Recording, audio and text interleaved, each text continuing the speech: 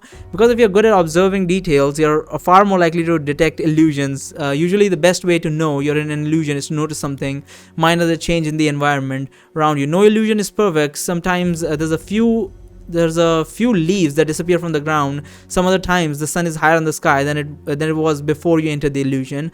Oh, it's an illusion. Yeah, this person definitely reads manhwas. He reads cultivator manhwas. There's no fucking way it is any other way, honestly. Some of the times the sun is higher in the sky than it was before you entered the illusion. I'm really bad at noticing these kinds of things. Usually I only see it when it's too late. That doesn't kill me yet, but then again, I've never had to fight against the strongest mages in the world before. Even if you max out all your physical attributes, I doubt you'll ever be on par with me and Kate, let alone all the other mages that join this tournament. But with good observation skill, you might well end up saving our lives when we enter our first illusion. That is a very good point. I mean, even if I max this, I won't be really that strong, to be honest with you. We have never really gotten the strength thingy. I still don't understand why does he not have the ancient language check maxed out, or at least 1 point into it, because he was a researcher that used to study about this stuff. Or still, whatever. I guess his point was studying magic, not really ancient language, I suppose. He has studied that on the side, but not as a main thing. Well, I suppose that is a good choice. Then pauses. Well, anyway, that's just my opinion. You can take it with a grain of salt. That little trinket of yours is yours to use. Feel free to do whatever you want with it. However, I want you to decide now. Tell us what you're going with, so that we can prepare our tactics accordingly. We can afford to go into our next fight without plan. Who's gonna avoiding attack, baiting opponents? We're gonna fighting the enemies head on. Yeah, let's go for tactical shit. I focus on observing the battlefield and providing tactical information. Alright. After taking some time to consider my options, I give Darren my answer. I want to focus on helping the two of you, observing the battlefield and providing tactical information. A wise decision. So I'm guessing your main two attributes will be hearing, observation, but that's not enough. If the enemy sees you just standing there, they'll focus you first, like they did this time. You'll need to have at least one defensive stat prepared, like toughness, reflexes, or premonition. I have reflexes on. Kate and I won't be able to defend you all the time. Darren shifts his gaze towards Kate. Now, for the two of us, as you said after our last battle, I would rather not fight against Weapon Enchanter unless I have no choice. That's why I'm going to ask you to take care of them when the time comes. Kate nods at Darren as he continues to talk. As for myself, I'm particularly good against Elementalists, Summoners, and Shape. He also plays RPG, because I have no idea about any of the stats with the RPG shit. Like these really deep dive RPGs, I have no idea about that. As for myself, I'm particularly good against Elementalists, Summoners, and Shapeshifters, so I can focus on them if we meet any. So this guy has also played RPG, like deep dive RPG. He's speaking about mage specification. Most mages will pick a certain type of magic and dedicate their life to perfecting it instead of trying to learn as many spells as possible. Weapon enchanters use their magic to make their gear as strong as possible. Since they mostly rely on their weapons for combat, they will likely also train themselves in at least one martial arts. Elementalists are mages born with incredible talent at manipulating one of the four elements, for water, air, fire, or earth. However, they are born with the affinity for only one element, and they usually have problems mastering other spells, since they rely solely on their talent for casting their elemental spells, and generally have little knowledge of arcane arts. So they are basically like wizards. They're like warlocks or something, I don't know. Summoners are mages who concentrate on summoning other creatures who fight for them. Since that leaves them vulnerable to surprise attack, they will usually also focus on defensive spells to keep them safe while the summoned creatures fight for them. Shifters, on the other hand, go for a more personal approach, transforming themselves into other creatures instead of summoning them. This solves the vulnerability problem the summoners have, but it also limits their power as they are unable to cast other spells while transformed. What about you, Kate? Asked Darren. Darren asked, do you have any particular weakness against any particular kinds of magic? Yes, she answers, but you don't plan on sharing them with us. I don't. Darren shrugs. Suit yourself. Well, I think that that's all we need to discuss for now. Time for bed. Barry and I will take first watch. Come on, Barry. I followed Darren out of the cave, and together we start climbing the mountain to reach a good vantage point. The moon is high in the sky. The stars are bright. We won't have any trouble spotting enemies if they approach. Observation check failed because I don't have any observation right now. I have no points neither. As a stand guard, Darren starts telling me stories about his travels around the world, the adventures he had. He tells me of the 50-foot giant that lives in the far east of the northern continent. He tells me how he cured the dreaded Ignar, plague of eastern continent by himself, and now he's defeated the Green Baron of the north. Listen to him tell me all these stories made me realize why I defended him instinctively from Cutthroat Dave yesterday. Even though I never really thought about it before, I guess I always kind of admired him. He's like one of all those heroes from the fairy tales I used to read when I was a kid. He's a living example of what I've always aspired to become, like a good person, I suppose. I've been in a lot of places over the years, Barry, but everywhere I go, it's always the same. The weak are oppressed by the strong. The few are killed by the many. Everywhere I go, there's people dying from starvation, plague, war, or some other monster invasion. I've seen death all my life, but I never get used to it. Seeing all of these dead bodies just lying there lifeless yesterday, it made me feel an intense pain in my chest. It was as though I could feel the suffering of each of them and the fear they went through their hearts as they took the last breath. Not breast. What about you, Barry? What did you feel when you saw all those dead people? I was just busy thinking of how to stay alive at the time. I felt sorry for them, but I didn't let it affect me. I was almost about to puke. I was just busy thinking of how to stay alive, honestly. I don't really have time to feel anything. I guess I was too preoccupied with staying alive. I almost forgot. That was your first real battle, wasn't it? You handled it well, Barry. You should be proud. Darren pauses for a few seconds to gaze into the distance before he continues. What was the observation check I failed exactly? I wonder what that would get us. You know, when I heard about this tournament, my first thought was that finally, after a lifetime of good deeds, after a lifetime of trying to make a difference, someone's sending me a sign. I've tried all my life to save the world from its misery, but no matter how hard I tried, my efforts were never enough. But with the help of Magium, maybe, just maybe, I might have a chance. Darren looks at me and notices I'm a little worried. I see no reason why the Magium can't be shared, Barry. Even if I win this tournament, I promise that I will use the power of the Magium to help you achieve your dream. I hope you will do the same for me if you win. His straightforwardness and his honesty took me by surprise. Of course I will, I tell him, since we both already know which one of us will be winning this tournament. That's the spirit. And yet another pause. Darren decides to change the subject. So how is it going with Kate there?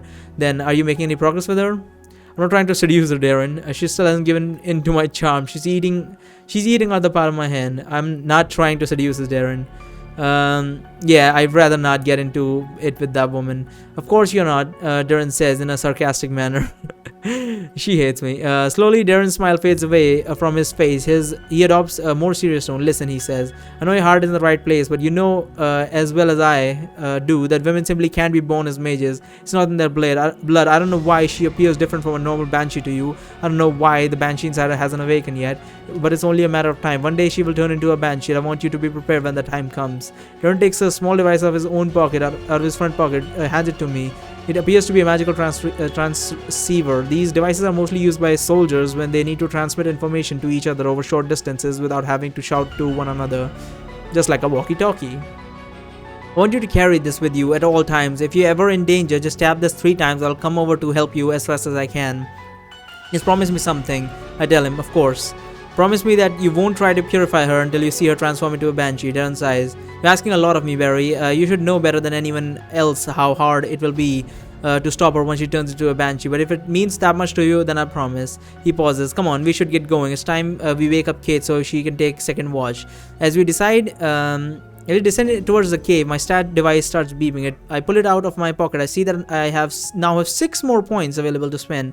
There must have been a big fight somewhere in the vicinity. Well, invest the points now. I think I'm gonna go with observation and hearing. I'll just max these fucking stats out. I'll get some reflex as well. Confirm changes. I'm not able to fight, but at least I can tell where fight is coming from and run away. At least there's that. Put the device back and enter the cave. We wake up Kate and she goes outside to guard the entrance as me and Darren go to sleep. I wake up to Kate's voice several hours later. She's whispering and making sure that Darren can hear us. Wake up, Stillwater. She says, I need your help with something. Wait, you need my help? Be quiet. You will wake Darren. Yes, I need you to come with me and take a look at something. Or she's trying to kill us or something. It won't take you more than a minute. Why should I help you? All you have done is give me a hard time ever since you met. Because then I'd owe a debt to you and I always pay my debts. Okay, she's being serious. This must be more important to her than she lets on. Why are you asking this of me and not Darren? He's the legendary mage around here, not me. Because unlike him, you appear to be very knowledgeable in the more obscure intricacies of magic. You don't see many people these days that know how a stat booster works. Plus, I have something I want to ask you in private. So come before you wake up Darren. We exit the cave and head for the trees. She's trying to kill us. We do have the transmitter device at least. The moon is still pretty high up in the sky. I can't have been more than 2 or 3 hours since I went to sleep. As we walk in an awkward silence for a few minutes, I figure I might as well start the conversation. Ask her how she comes to know how the star device works. Ask her what she wants to discuss with me in private. So what did you want to discuss with me in private? She stops in front of me and looks me straight in the eye. There's something that's been bugging me ever since we met yesterday, she says. When you and Darren first saw me, you started whispering about between yourself for about a minute. When I questioned you about it, you told me an obvious lie. I was almost about to let it slide. But then a whole day had passed and none of you made a single comment about me being a banshee. Even after that bearded fool of a maid spelled it out for you when we were battling. It's painfully obvious to me now that you were discussing whether I was a banshee or not and decided that there was no need to purify me. She pauses a bit, then she continues. The question is why? I decided to seek Darren's help because I fooled myself into thinking someone as kind-hearted as him would not sentence me to death. But now that I have cleared my head and thought about it, I realize how much I have put myself at risk by showing myself to him. Why did Darren decide I wasn't a banshee when all the evidence pointed to the contrary? Gail still doesn't trust me. If I tell her that I'm the one convinced Darren to spare her life, she either is not going to believe me or she'll get suspicious of my motives and completely lose her trust in Darren. Maybe she'll believe me if I tell her Darren was the one that decided not to purify her. Darren said he'd met a banshee before. I lied to her. He said that he could tell you were different somehow and that he was going to keep an eye on you for the time being. I see, Kate says with a relief in her voice. That's all I wanted to ask. Let's keep going then. Wait, why ask me all this? Why not ask Darren directly? Because Darren is the one that knows white magic, not you. He is the one who would normally want to purify a banshee. I didn't want to give him any ideas in case the thought never occurred to him. And why would you believe that I'm telling the truth? Because you're not a very good liar. Your face gives you away. Is that so? Well, in that case, I also have a question for you. You may not be a banshee, but you can't be a mage either. Women can't be born as mages. So what are you? Who says I was born a mage? My mind goes blank for a second while I try to make sure I understand what she said. Hold on, do you mean to tell me that you were born as a normal human, that you later became a mage? That's exactly what I'm saying. How did you get access to Magium? How did you get it? I must know. I realized too late that I let the excitement get the better of me. Kate is looking at me with an expression that shows both bewilderment and a subtle understanding. By the gods, she says, you're telling the truth, weren't you? You really are a human and you came here in the hopes of becoming a mage. Listen to me, I have no idea what could motivate you enough to go on this suicidal quest, but the only thing that you'll find at the end of your journey is agony and despair. Quit now, you might still make it out of this alive. You speak to me of agony and despair, but you chose to become a mage. Surely you must understand how I feel about this. I do not, because becoming a mage was never my intention. I have no intention of continuing this conversation either. I gave you a warning. You can choose to hit it or you can ignore it. This is all I'm willing to say on the subject. Before giving me a chance to respond, she storms ahead as I rush to follow her. We travel in complete silence for the next 10 minutes. As we get further and further away from the cave, I call out to her again. Wait, I tell her, what is it now? We're too far away from our cave. What if someone attacks Darren while he's asleep? We don't need to worry about him. Why not? Oh, are you suggesting that he can defend himself while asleep? Kate frowns at me. If you're so worried about your dear friend Darren, then by all means go back and check on him. I'll wait for you here. I hesitantly start retracing my steps back towards the cave. Once I start walking, however, I get a powerful urge to go the other way. I try again and get the same result. No matter how many times I try, I simply can't keep going in the same direction. I keep turning in the opposite direction, sometimes without even noticing. Is this some sort of spell? In all my research, I've never heard of such a thing. What did you do? I asked Kate. See if you would have asked me nicely from the beginning instead of being a smartass, would have answered your question. I guess you'll just have to live without knowing. But as you can clearly see, you don't need to worry about anyone getting near our cave until we come back. Let's go. Our destination lies not much farther. After about 5 more minutes of walking, we finally come to a halt. The area we stopped in is full of fallen trees, similar to the one where we fought yesterday, except this time there are no bodies. However, there's clearly been a big battle here. Perhaps even the battle has charged up my stat device. We're going to sleep. I can still feel the traces of leftover magic resonating strongly in the air around me. This is where I wanted to bring you. Please tell me what you can tell by studying the magic in this place. As I consider the nature of the magic around me, I can start sensing strong traces of elemental magic. It seems that there's been at least one elementalist battling here. I tell her. Yes, but can you tell which element the caster was using? Try to focus even further. So I guess a normal human can detect magic to some extent, but this guy has just studied magic so much, so he's able to identify this a little bit more. I'm not sure how to describe it. Doesn't seem to be any of the 4 traditional elements. If I were to put it into words, I'd say it would be electric in nature. Kate's face slowly lights up after she hears the words. This is the first time I've seen her smile ever, even if even if only slightly, ever since we have met first. Thank you, still, Barry. You've really been a great help. Your reaction took me by surprise. Well, this is the first time I see this side of you. I didn't know you could actually be nice. What's that supposed to mean? Premonition unlocked. That was close. Premonition check failed because it required level 2. Hearing is up and observation is up. I would have failed observation. I did not put on a stat into that. As you speak, I suddenly hear a voice far behind me. What are you waiting for? Shoot her. I turn back immediately, try to identify the source of the voice. As I look towards the forest, I spot 2 shadowy figures hiding behind one of the trees. One of them seems to be holding a crossbow that is aimed right at Kate. What happened? Asked Kate. What are you looking for? The man behind the tree shoots his arrow, but I was waiting for it. Look out, I say as I push Kate out of the dark way. You blubbering fool, I can hear a man shout from behind the trees. His voice is high-pitched and could be easily mistaken for that of a woman. If you weren't paying attention, how did you manage to miss that shot? Plan B, go for plan B now. Suddenly all the trees around us get covered in a cloud of smoke. Between the lack of light, the distance, the smoke screen, so now almost impossible to tell where our enemies are hiding, except for the vague sense of their magical auras. And the chapters are getting like bigger and bigger as we move forward. Surrender, Banshee, says the man with a high-pitched voice. We have you surrounded. There's no way you can tell where we are through this thick smoke. If you surrender, we'll grant you and your human companion the gift of a quick, painless death. Yet another enemy who doesn't believe I'm a Stillwater. I'm starting to doubt that this plus was a good idea after all.